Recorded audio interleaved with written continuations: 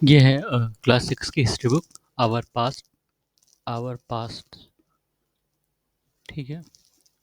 Past क्यों? कई सारे पास्ट, किसी एक के तो कई सारे पास्ट हो नहीं सकते। तो ये कई लोगों का पास्ट, मतलब अलग अलग जो सेक्शन ऑफ सोसाइटी है उनके पास्ट। तो सबकी अलग हिस्ट्री होगी। ठीक है, इसलिए आवर पास्ट। तो ये पहला पहला पार्ट है 6 क्लास का। हम्म, तो इसमें पहला chapter what, where, how and when, इसको देखते हैं। इसमें कुछ शुरुआती चीज़ें दी गई हैं, जैसे कि इंट्रोडक्शन की हिस्ट्री क्या होती है। हिस्ट्री की एक डिफिनीशन थी क्या, कि history is a dialogue between present and the past, ऐसे ही करके continuous dialogue between present and the past. तो इसमें कई चीज़ें मेंशन की गई हैं, कुछ फैक्ट स्पेशली जो आगे भी देखने को मिलेंगे, जैसे नर्मदा नर्मदा रिवर का नर्मदा वैली भी है, नर्मदा रिवर भी है, दोनों चीज़ें मैप में लोकेट कर सकते हैं तो अच्छी बात है। तो इसमें बताया गया कि पहले के लोग क्या करते थे, कैसे अपना जीवन यापन करते थे। तो पहले वो हंटर्स एंड गैदरर्स थे। Hunters and gatherers, sorry, gatherers. ठीक है, मतलब वो अ, अपने खाने पीने के लिए हंट करते थे या गैदर करते थे। हंट जानवरों का करेंगे, ऑब्वियस सी बात है, एनिमल्स का। और गैदर क्या करते, फ्रूट्स वगैरह। ठीक है, फ्रूट्स या जो नॉन पेरिशेबल चीज़ होंगी उनको गैदर करते थे। फिर इसमें और ज़िक्र क्या आया, सुलेमान और किरथार हिल्स। ये अब देखा जाए तो अफ़गानिस्तान के आसपास है, सुलेमान और किरथार हिल्स जो हैं। हाँ, ये देखो मैप से ज़्यादा बेटर समझ में आता है।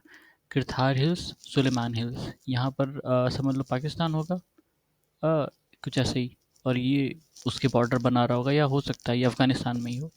हुँ, इसमें इम्पोर्टेंट क्या है, यहाँ पे कुछ पासेस हैं जहाँ से मूवमेंट होती थी लोगों की, और इन्वेजन भी उसी उन्हीं पासेस से हुए हैं। मतलब इन्वेडर्स भी उन्हीं पासेस का इस्तेमाल करके आते थे अटैक करने इंडिया पर। हम्म,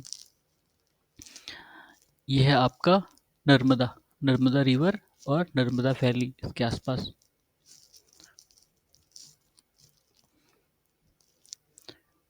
फिर ट्रिब्यूटरी क्या होती है, जैसे एक बड़ी नदी जो है और उससे कई छोटी छोटी नदियाँ मिलती हैं ना, तो उसको, जो छोटी छोटी नदियाँ होती हैं उनको ट्रिब्यूटरीज कहते हैं। अगर कोई बहुत छोटी नदी है उसको स्ट्रीम कहते थे। ठीक है, स्ट्रीम। और बड़ी नदी है तो नदी है, रिवर है। और उसकी जो सहायक नदियाँ हैं उनको ट्रिब्यूटरीज। इसमें बताया गया कि गंगा और सोन के किनारे, गंगा नदी और सोन के किनारे, गंगा बिहार में जो गंगा है, और वहाँ पर उनको मिलती है सोन नीचे से आके। तो यहाँ इसके आसपास एक जो रीजन था उसको मगध कहते थे। ठीक है, मगध बाद में आप पढ़ोगे हिस्ट्री में, अभी आगे होगा। महाजनपद था, फिर वो एक एम्पायर बना। हम्म, और मतलब हमने देखा कि ज्योग्राफी हर जगह इवन नहीं है, हर जगह प्लेन नहीं है, कई जगह पहाड़ है, पर्वत है, जंगल है, लेकिन तब भी लोग आते जाते थे। ठीक है, उन जंगलों को क्रॉस करते थे, पहाड़ों को क्रॉस करते थे। क्यों? कई सारी चीज़ें होती है ना, इंसान एक जगह नहीं रह सकता। जैसे इसमें क्या क्या एग्जाम्पल दिया गया है, सर्च ऑफ फूड। ठीक है, खाने की तलाश में जाते थे, या ट्रेड के लिए जाते थे। ठीक है, या किसी दूसरी जगह को जीतने के लिए। हम्म, या जब कोई नेचुरल डिज़ास्टर होता था, मान लो फ्लड, फेमाइन, ऐसा कुछ हो गया, तो दूसरी जगह जाते थे भाई बचने के लिए, या अपने धर्म का प्रचार प्रसार करने के लिए जाते थे, या एडवेंचर की, किसी को घूमना फिरना पसंद है, अभी भी लोग एडवेंचरस लोग होते हैं। ठीक है, दुनिया घूमने वाले, तो वो भी जाते थे दूसरी जगह। ठीक है, इसके बाद है कि नाम कैसे पड़े, अलग अलग नाम, जैसे इंडिया एंड भारत, अपने देश को कई सारे नाम से जाना जाता है। इंडिया एंड भारत, अपने कॉन्स्टिट्यूशन में क्या है, इंडिया दैट इज भारत। ठीक है, जो पहला आर्टिकल है, India that is Bharat, that is Bharat. ठीक है, इंडिया दैट इज भारत। ये अपना आर्टिकल 1 कॉन्स्टिट्यूशन का, ठीक है। उसमें उसके उसके नीचे क्या लिखा है कि is a union of states, ठीक है। फिर इसमें बताया गया कि जो इंडिया नाम है वो कहाँ से निकला या भारत नाम कहाँ से आया। तो इंडिया नाम खासकर जो ग्रीक्स थे, ग्रीक्स ने इसको कहा था इंडोस, ठीक है, इंडोस। पर्शियन या जो ईरानियंस थे, ठीक है, बेसिकली वो पर्शियंस हैं। हम्म, ईरान तो उनका बाद में कहा जाने लगा। पर्शियंस जो थे वो कहते थे हिंदूस, हिंदूस, ठीक है। हिंदूस से समझ लो हिंदुस्तान, इंडोस से बाद में ये इंडिया बना, ठीक है। और भारत क्या था? भारत संस्कृत में जो नॉर्थ वेस्ट में लोग रहते थे, नॉर्थ वेस्ट, अगर इंडिया का मैप देखो अपना, अभी ऊपर देखा था ना, ठीक है। तो कुछ लोग यहाँ पे रहते थे नॉर्थ वेस्ट में, कोई ट्राइब समझ लो, ठीक है, इसी पोर्शन में इनको कहा गया था भारत। बाद में सभी लोग को भारत कहा जाने लगा। और क्योंकि ये जो मैप था ये ग्रीक ग्रीक और पर्शियन के पर्सपेक्टिव में था, तो उनके लिए इंडस रिवर एक एक border as a border act करती थी। तो इंडस रिवर के इस तरफ, मतलब इंडस रिवर के इस तरफ ईस्ट में जो भी चीज़ थी उसको वो इंडिया बोलते थे एक तरह से, ठीक है, इंडिया।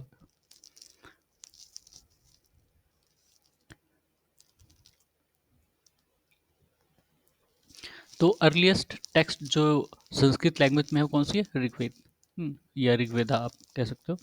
करीब कितना, 3,500 साल पहले, हाँ 3,500 साल पहले लिखा गया इंडस, वो सॉरी ऋग्वेदा। फिर हमने अपने पास्ट के बारे में कैसे जाना? कुछ लिखा, कुछ सबूत मिला होगा कहीं ना कहीं, किसी फॉर्म में लिखा होगा। तो दो चीज़ें होती हैं, एक मैन्युस्क्रिप्ट, मैन्युस्क्रिप्ट, ठीक है, और इंस्क्रिप्शन।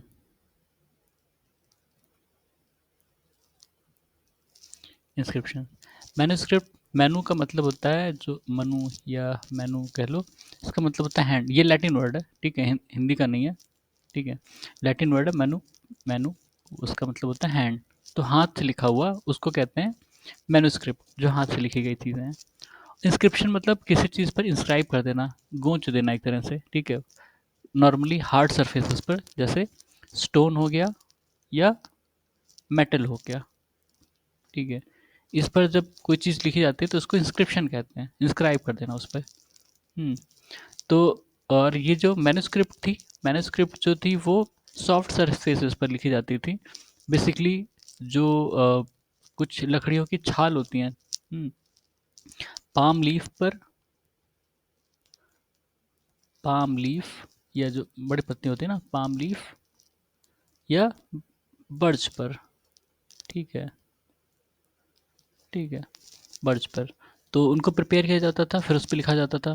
क्योंकि ये डिस्ट्रक्टिबल थी, ज़्यादा ईजिली डिस्ट्रक्टिबल थी, इंसेक्ट वगैरह खा लेते थे उसको, या उन पे कहते हैं ना कीड़े लग गए वैसा, तो वो डिस्ट्रॉय जल्दी हो जाती है। कई सारी तो डिस्ट्रॉय हो गई, जो बची हैं जिनको अच्छे से प्रिजर्व किया गया, बेसिकली ज़्यादातर वो टेम्पल या मोनास्ट्रीज़ में है जो बची रह गई, जिनसे हमें इंफॉर्मेशन मिलती हैं पास्ट के बारे में, ठीक है।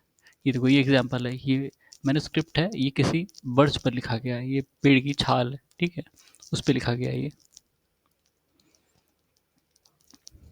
तो इसमें इसमें थीम क्या होती थी, सब्जेक्ट क्या होता था, हर चीज़ के बारे में लिखते थे ये। रिलीजियस बिलीफ प्रैक्टिस के बारे में, जो किंग्स वगैरह थे उनके लाइफ के बारे में, उस समय के जो साइंस या मेडिसिन थी उनके बारे में, और पोएम वगैरह भी लिखे गए हैं, प्लेज वगैरह, ठीक है। तो और ज़्यादातर हमने देखा किस किस लैंग्वेज में जो फेमस थी या कोड, क्योंकि ज़्यादातर जो रूलर्स थे वो उनको पैट्रनाइज करते थे लेखकों को, ठीक है। तो इसलिए कोड लैंग्वेज, हमने देखा एंशियंट इंडिया में कोड लैंग्वेज भी संस्कृत थी। तो हमने संस्कृत देखा कि ज़्यादातर चीज़ें जो मैन्युस्क्रिप्ट या वो समय वो संस्कृत में हैं, ठीक है। या प्राकृत में भी कुछ रूलर्स जिन्होंने जैसे जो लोगों को संदेश दिए जाते थे वो उनकी उनकी लैंग्वेज में देते थे, ठीक है। प्रकृत जो है वो लैंग्वेज होती है जो लोग कॉमनली बोलते थे, कॉमन पीपल जो बोलते थे, वो प्रकृत। और बाद में आपने सुना होगा पाली। हम्म, तमिल, बेसिकली साउथ में ज़्यादा यूज़ हुई है, तो तमिल में भी मिलता है चीज़ें, ठीक है। उसके बाद इंस्क्रिप्शंस कहाँ कहाँ यूज़ होते थे। इंस्क्रिप्शंस बेसिकली कोई ऑर्डर देने के लिए, या कोई चीज़ जो आप हमेशा के लिए चाहते हो कि हाँ ये बनी रहे, इसको लिख दिया है और ये मेंटेन रहे वैसे, तो राजा अपना आदेश उस पर गुतवाते थे कि लोग देखें और समझें और उसको फॉलो करें।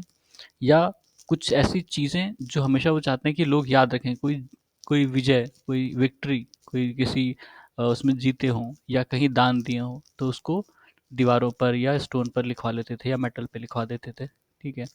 ऐसे ही एक मिला कंधार में, कंधार अफगानिस्तान में, जिसको पहले हम महाभारत में गंधार कहते थे, ठीक है, गंधार। हम्म तो कंधार अफगानिस्तान में है। तो वहाँ पर अशोकन इंस्क्रिप्शन मिला, जो कि दो स्क्रिप्ट से बना हुआ, दो स्क्रिप्ट और लैंग्वेज से में लिखा गया है। उसमें दोनों लैंग्वेज कौन सी हैं, ग्रीक और अरामिक, ग्रीक और अरामिक। स्क्रिप्ट आप बाद में पढ़ोगे, इसमें अभी नहीं दिया है। एक होती है खरोष्टी, जो अपने यहाँ यूज हुई ज़्यादातर, खरोष्टी, हाँ, और एक है ब्राह्मी, ठीक है। ब्राह्मी और खरोष्टी स्क्रिप्ट अपने यहाँ ज़्यादातर यूज़ हुई हैं, ठीक है। फिर आर्कियोलॉजिस्ट के बारे में बताया गया है। आर्कियोलॉजिस्ट क्या करते हैं, आर्कियोलॉजिस्ट जिनको पुरातत्व पुरातत्व विभाग में जो होते हैं, वो चीज़ों को, या कह सकते हो पास्ट को एक्सप्लोर करने में मदद करते हैं। जो भी बची खुची चीज़ें हैं, बिल्डिंग्स हैं या कोई स्कल्पचर है या पेंटिंग है, उन पर रिसर्च करते हैं एक तरह से।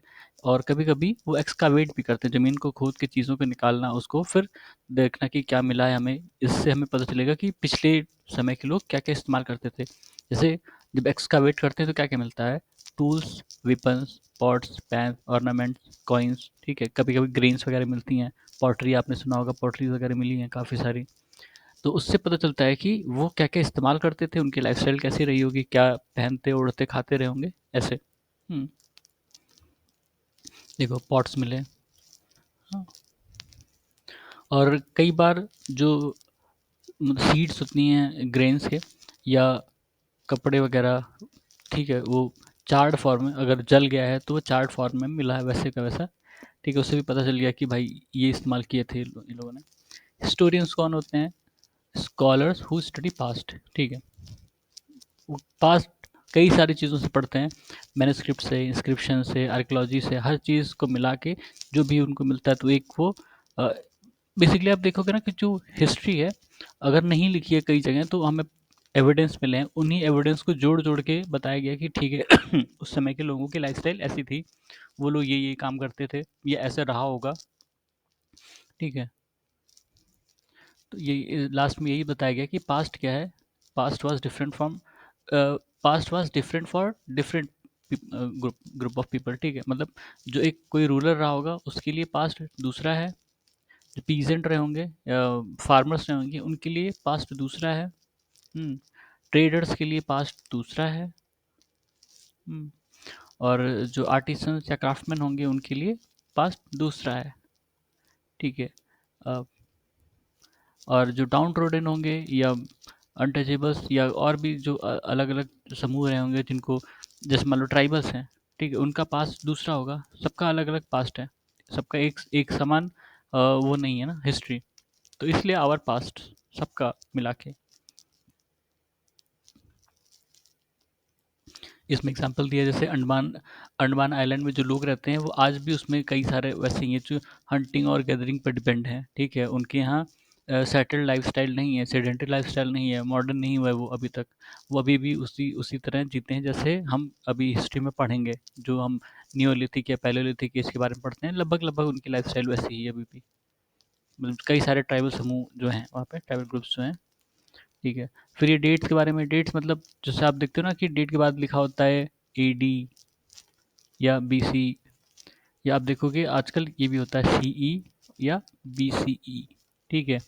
एडी मतलब एनो डोमिनी, ठीक है, एनो डोमिनी, और बीसी बिफोर क्राइस्ट,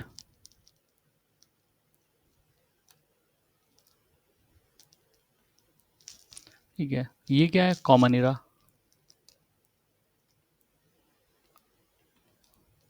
बीसी मतलब बिफोर कॉमन एरा।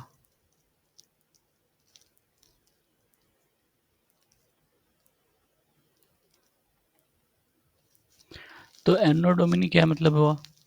मतलब in the time of Lord, Lord मतलब क्राइस्ट, जीसस क्राइस्ट के बारे में है।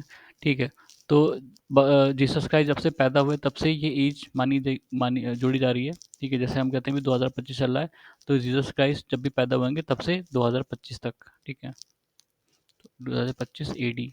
और उसके पहले जीसस क्राइस्ट के जन्म के पहले जो भी टाइम था उसको बिफोर क्राइस्ट, ठीक है, उनके जन्म के पहले का। लेकिन क्योंकि ज़्यादातर जगह यही कैलेंडर यूज़ होता है, क्रिश्चियन कैलेंडर यूज़ होता है, तो इसको अब कॉमन इरा कहा जाने लगा, कॉमन इरा। ठीक है, जो सबका इरा है कॉमन इरा। और कॉमन इरा के पहले यानी जिसको बीसी कहते थे पहले, बिफोर क्राइस्ट, वो अब बीसीई हो गया है, बिफोर कॉमन इरा। ठीक है। ठीक है, तो ये पहला चैप्टर था। इसमें यही सब बताया गया। डिसाइफरमेंट क्या मतलब है? अच्छा, डिसाइफरमेंट मतलब स्क्रिप्ट्स, पहले कोई कॉमन लैंग्वेज तो थी नहीं, तो स्क्रिप्ट्स यूज़ होती थी उन लैंग्वेज को डिटरमाइन करने के लिए, कुछ भी कोई भी बात कहने के लिए। तो वो सिम्बल्स का इस्तेमाल करते थे, उसमें सिम्बल्स वगैरह होते थे। तो ये जैसे सिम्बल्स आप देख रहे हो ना, ये अ, उन उसमें कॉमन सिंबल जो ये लैंग्वेज थी उसमें ये सिंबल कॉमन थे। तो ये सिंबल आपको देखने को मिल जाएगा उन उस लैंग्वेज में, स्क्रिप्ट थी इनकी। ठीक है, तो जब इनको डिसाइफर करोगे आप, आपको समझ में आएगा कि क्या इन्होंने लिखा है। तो कुछ लोगों ने, जैसे ग्रीक और इजिप्ट, ठीक है, ग्रीक और इजिप्ट का उन लोगों ने डिसाइफर किया था। हम्म, तो इजिप्शियन लैंग्वेज को डिसाइफर करने के लिए ग्रीक का इस्तेमाल किया गया, क्योंकि वहाँ पे थोड़ी सी कॉमन चीज़ें मिली थी। उस समय काफ़ी क्लोज था इजिप्ट और ग्रीक का, जो जो भी चल रहा था। ठीक है, तो उसी हिसाब से उन्होंने पाया, ये देखो, इन्होंने दो नाम डिटरमाइन किए, टॉलमीज और क्लियोपैट्रा। ठीक है, सिंबल देखो, उन्होंने सिंबल को डिसाइफर किया। ये देखो, इसका मतलब आई है, और इसका मतलब इसमें भी आई है। ठीक है, इसका मतलब ओ है, इसका मतलब ओ है। ठीक है, ऐसे करके डिसाइफर किया है और कई सारी चीज़ें उनको पता चली। ठीक है, तो इस चैप्टर में इतने था और कुछ खास नहीं। सुनने के लिए धन्यवाद।